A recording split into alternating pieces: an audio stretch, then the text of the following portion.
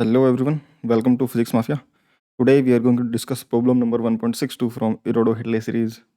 इस क्वेश्चन में हमें दे रखा है एनएलएम फ्रिक्शन की प्रॉब्लम है, ठीक है, सिंपल सा स्टैंडर्ड प्रॉब्लम है जो क्लासेस में भी कई बार डायरेक्टली करवा दी जाती है ना, उसी टाइप की प्रॉब्लम है। इसमें बोल रखा है कि small body was launched up an incline plane set an angle 15 degree. एक इंक्लाइन प्लेन है जिसका एंगल ऑफ इंक्लिनेशन मान लो अल्फा है, वो 15 डिग्री दे रखा है अगेंस्ट हॉरिजॉन्टल, है ना। उस पर एक बॉडी है जो ऊपर की तरफ प्रोजेक्ट करी गई है, सीधे फेंक दी गई है along the incline. Find the coefficient of friction if the time of the ascent of the body is neta times less than the time of descent। Ascent यानी कि ऊपर जाना, क्लाइंब करना, डिसेंट यानी कि नीचे गिरना, फिसलना। तो एसेंट का जो टाइम है, हमने इसको ऊपर की तरफ वेलोसिटी को इनिशियल स्पीड यू दे करके छोड़ी, ठीक है, और ये मान लो डिस्टेंस डी असेंड करती है, ऊपर चढ़ पाती है उस पर, फिर वहाँ से वापस स्लाइड करके नीचे आती है। यानी कि इतना तो हमें पता है कि अगर वो स्लाइड डाउन कर पा रही है, डिसेंड कर पा रही है, यानी कि यहाँ का जो कोएफिशिएंट ऑफ फ्रिक्शन के है, समझ में आ गई बात। वो कोएफिशिएंट ऑफ फ्रिक्शन जो हमारा और जो एंगल अल्फा है, वो एंगल अल्फा तुम्हारा एंगल ऑफ रिपोज से ज़्यादा है, यानी कि जो तुम्हारा टेन अल्फा है, टेन अल्फा ग्रेटर देन के है, टेन अल्फा होगा वो ग्रेटर देन के होगा कोएफिशिएंट ऑफ फ्रिक्शन। ये कोएफिशिएंट ऑफ फ्रिक्शन के मान लेते हैं हम, जिसको हम म्यू बोलते हैं जनरली। तो उस केस में अगर ये अपने आप स्लाइड डाउन कर पा रहा है तो टेन अल्फा जो है वो उसके एंगल ऑफ रिपोज यानी कि उससे रिलेटेड एंगल टेन इनवर्स के से ज़्यादा है, यानी कि टेन अल्फा ग्रेटर देन के है। इतना तो पक्का पता है यहाँ से जो दिया हुआ है। और ये जो टाइम है नीचे डिसेंड करने का टाइम, ये ऊपर जाने के टाइम से डबल है। समझ में आ गया। The time of coefficient of friction ascent of body is 2 times less than the time of the descend. तो ऊपर जाने का जो टाइम है, ये बोल रहा है कि नीचे आने वाले टाइम से 2 गुना कम है, यानी कि ये जल्दी से रुक जा रहा है। या फिर मैं ऐसा भी बोल सकता हूँ कि जो ऊपर जाने का टाइम और नीचे जाने का टाइम है, जो नीचे आने का टाइम है वो ऊपर जाने के टाइम से डबल है। ये नीचे आने में डबल टाइम लेता है एज कम्पेयर टू ऊपर आने के, या फिर ऊपर आते समय आधा टाइम लेता है नीचे जाने वाले टाइम से। एक ही बात है, क्योंकि कोएफिशिएंट 2 से टाइम लेस देन है ऊपर जाने का टाइम नीचे आने वाले टाइम से, जैसा कि हमने दे रखा है। तो हम नीटा के फॉर्मेट में सोल्व कर लेते हैं। नीटा की वैल्यू, अल्फा की वैल्यू और ये सब जो है कोएफिशिएंट ऑफ फ्रिक्शन के वगैरह, ये सब लास्ट में रख रहे हैं। कोएफिशिएंट ऑफ फ्रिक्शन के तो निकालना ही है इस कंडीशन के लिए। सिंपली हमें दे रखा है, प्रॉब्लम से फोकस करते हैं कि जो इंक्लाइन प्लेन है इसको हमने अगर मान लो किसी इनिशियल स्पीड यू से ऊपर की तरफ प्रोजेक्ट कर दिया होता, किसी इनिशियल स्पीड यू से ऊपर की तरफ प्रोजेक्ट कर दिया होता, तो अब जो असेंड करेगा, ऊपर की तरफ मूव करेगा, तो नीचे की तरफ इस पर एम जी का जो कंपोनेंट आएगा, एम जी जो वर्टिकल लगेगा, उसके 2 कंपोनेंट होंगे along the incline M G sine alpha, क्योंकि एंगल ऑफ इंक्लिनेशन अल्फा है, और perpendicular to the incline plane M G cos alpha. इसको ये नॉर्मल बैलेंस कर लेगा, तो यानी कि ये नॉर्मल की वैल्यू है M G cos alpha. Normal की वैल्यू कितनी है, एम जी कोस अल्फा। और नीचे की तरफ, क्योंकि ऊपर की तरफ मूव कर रहा होगा, तो नीचे की तरफ फ्रिक्शन भी लग रहा होगा, और फ्रिक्शन भी पूरा म्यू टू एन लग रहा होगा। क्यों? क्योंकि ये स्लाइड कर रहा है। समझ में आ गई बात। अगर स्टैटिक फ्रिक्शन होता तो जीरो से मीटिंग में कुछ भी हो सकता था, क्योंकि बट ये क्योंकि ऊपर की तरफ स्लाइड कर रहा है, तो नीचे की तरफ मैक्सिमम फ्रिक्शन लगेगा अपोजिंग टू दी वेलोसिटी, क्योंकि इंक्लाइन प्लेन खुद रेस्ट में है। तो इसको ऊपर जाने का अपोज करेगा तो फ्रिक्शन नीचे लगेगा, तो इस पर नीचे की तरफ फ्रिक्शन और एमजी साइन अल्फा दोनों लगेंगे। तो इसके जो डाउनवर्ड एक्सेलरेशन को जनरली जैसा कि इरोडो में डब्ल्यू से लिखा जाता है, हम डब्ल्यू ए लिख देते हैं। असेंड करने की यानी कि ऊपर जाने की जो एक्सेलरेशन है वो डाउनवर्ड डायरेक्शन में है। जब ये ऊपर चलेगा तो असेंड के टाइम पर नीचे की तरफ एक्सेलरेशन डब्ल्यू ए होगी।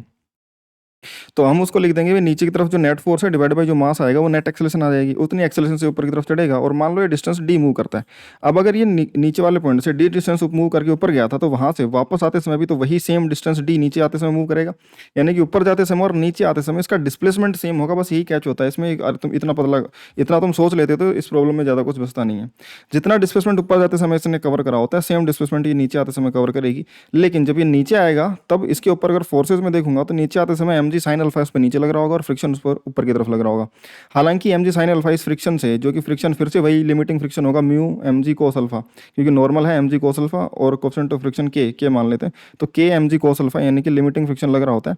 बट क्योंकि एम जी साइन अल्फा ज़्यादा होगा, जैसा कि हमें पता है कि टेन अल्फा ग्रेटर देन के है, क्योंकि अपने आप स्लाइड कर रहा है, तो एम जी साइन अल्फा को ज़्यादा होना ही पड़ेगा। तो M G sine alpha minus friction equal to total mass इसका एम इंटू एक्सेलरेशन ए। अब वो एक्सेलरेशन जो है इसको डाउनवर्ड डायरेक्शन डिसेंड होने की एक्सेलरेशन को W of descend W D लिख देंगे। ठीक है। तो अब इसको सोल्व कर लेंगे कि अगर कोएफिशिएंट ऑफ फ्रिक्शन है तो यहाँ पर जो फ्रिक्शन लगेगा म्यू इनटू एन लगेगा पूरा का पूरा के टाइम्स म्यू एम जी, के times M G cos alpha. अब पहले असेंड को देख लेते हैं कि असेंड करते समय जो एक्सेलरेशन आएगी, नीचे की तरफ एम जी साइन अल्फा और फ्रिक्शन दोनों लग रहे हैं, तो M G sine alpha plus friction divide by mass कर देंगे तो एक्सेलरेशन आ जाएगी। असेंड करते समय डाउनवर्ड एक्सेलरेशन कितनी होगी, ये जो एक्सेलरेशन है ये M G sine alpha plus friction की वैल्यू के times M G cos alpha by mass बन जाएगी। ठीक है। और ये जो डब्ल्यू ए है इसमें एम से एम यहाँ पर और यहाँ पर कट जाएगा, तो ये बन जाएगा साइन अल्फा प्लस के कोस अल्फा इंटू जी, दोनों में से जी कॉमन आ जाएगा और अंदर बच जाएगा साइन अल्फा प्लस के कोस अल्फा इंटू जी। ये डाउनवर्ड एक्सेलरेशन होगी वेलोसिटी ऑफ प्रोजेक्शन की अपोजिट डायरेक्शन में। अब जैसा कि हम ऐसा कर सकते थे कि भाई किसी बॉल को अगर ऊपर की तरफ प्रोजेक्ट करें तो ऊपर से नीचे जाने में कितना टाइम लेगा, जितना टाइम ऊपर जाने में लेगा उतना ही नीचे आने में बराबर बराबर टाइम लेता है, क्योंकि नीचे की तरफ एक्सेलरेशन जी कांस्टेंट है। तो रुकने में जितना समय लिया, रुकने के बाद वापस आने में उतना ही समय लेगा। तो हम ये बोलेंगे कि अगर अगर इस ब्लॉक की डाउनवर्ड एक्सेलरेशन या डब्ल्यू ए कॉन्स्टेंट रहती तो जितना ऊपर जाने में समय लिया उतना ही नीचे आने में समय लेता, परंतु क्योंकि नीचे आते समय फ्रिक्शन ऊपर लगने लग गया, अब क्योंकि इसकी एक्सेलरेशन बदल जाएगी इसलिए टाइम अलग लगेगा। बट मैं ऊपर जाते समय डाउनवर्ड एक्सेलरेशन डब्ल्यू डी से जो टाइम लगेगा उतना ही सेम एक्सेलरेशन डब्ल्यू डी से अगर नीचे आता डिस्टेंस डी तो उतना ही टाइम लेता है कि नहीं लेता। तो बस इसी प्रॉपर्टी का यूज में करके और मैं टाइम जल्दी से निकाल लूंगा। हालांकि उससे भी किया जा सकता है कि अगर डी डिस्टेंस ऊपर जा रहा है तो S equal to U T plus half A T square लगा देंगे और ये टाइम कैसे निकालेंगे, V equal to U plus A T से। फाइनल वेलोसिटी जीरो कर देंगे, इनिशियल वेलोसिटी हम यू प्रोजेक्ट कर रहे हैं, एक्सेलरेशन ये तुम्हारा माइनस डब्ल्यू ए लिख देंगे इनटू टाइम टी, और वो टाइम टी हम यहाँ पर पुट कर देंगे। समझ में आ गई बात।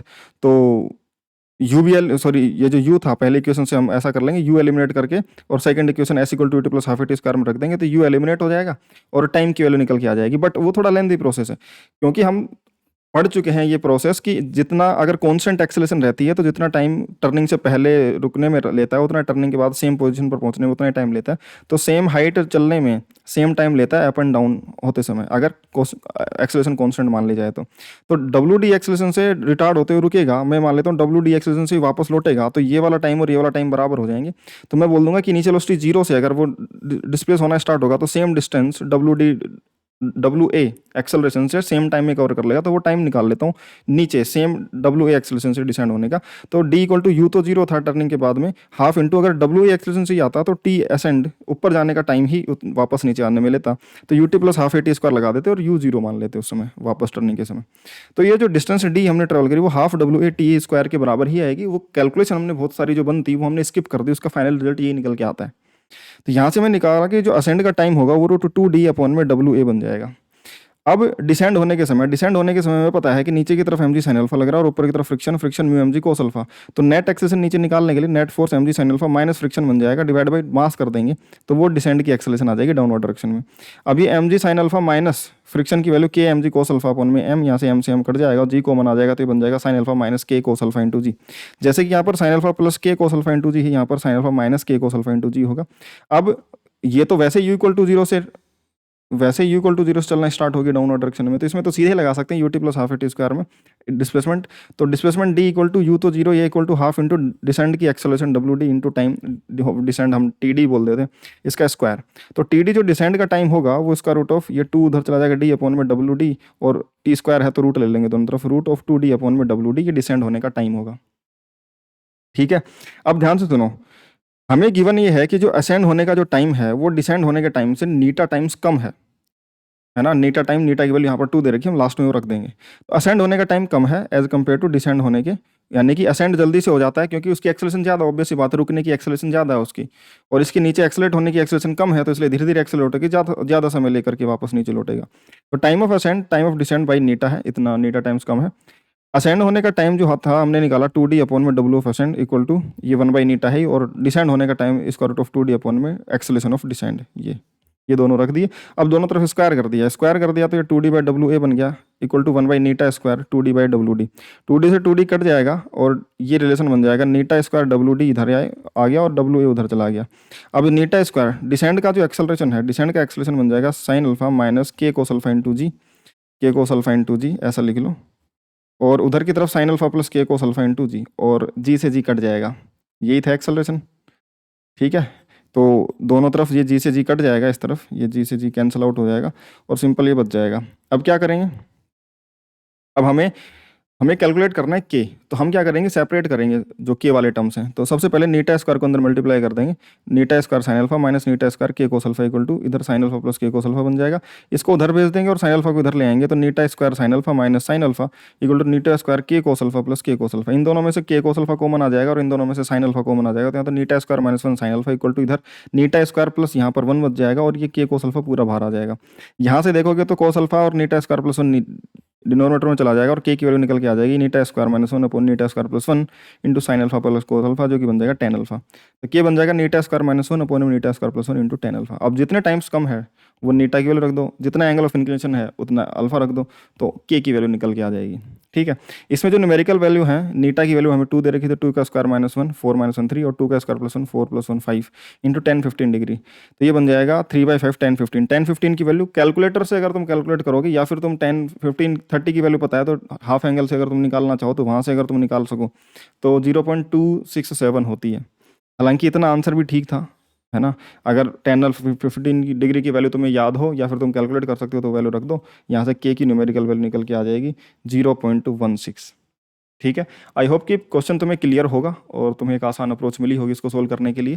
फिर भी कोई डाउट हो तो वीडियो को बैक करके देख लेना या फिर अपने टेलीग्राम के डाउट ग्रुप पर, mafias doubt killers group, mafias doubt killer group, वहाँ पर आकर के तुम ये क्वेश्चन मुझसे डायरेक्ट डिस्कस कर सकते हो, उसमें जो भी डाउट है ना। इसके अलावा भी कोई भी क्वेश्चन हो या फिर प्रिपरेशन रिलेटेड कोई भी डाउट हो तो तुम मुझसे डिस्कस कर सकते हो। टेलीग्राम चैनल अपना जो फिजिक्स माफिया के नाम से, फिजिक्स माफिया उसके नाम से, उस पर जाकर उसको ज्वाइन कर लेना, सब्सक्राइब कर लेना, मतलब चैनल ज्वाइन कर लेना, जहाँ पर तुम्हें क्लासेस की लिंक वगैरह और अपडेट वगैरह और जितने भी नोट्स वगैरह हैं वो सारे तुम्हें मिल जाएंगे। ठीक है, तो ये दोनों लिंक तुम्हें डिस्क्रिप्शन में मिल जाएंगी, वहाँ से भी जाकर के ज्वाइन कर सकते हो। ठीक है, बाकी मिलते हैं, आज के लिए इतना ही, मिलते हैं नेक्स्ट वीडियो में, बाय।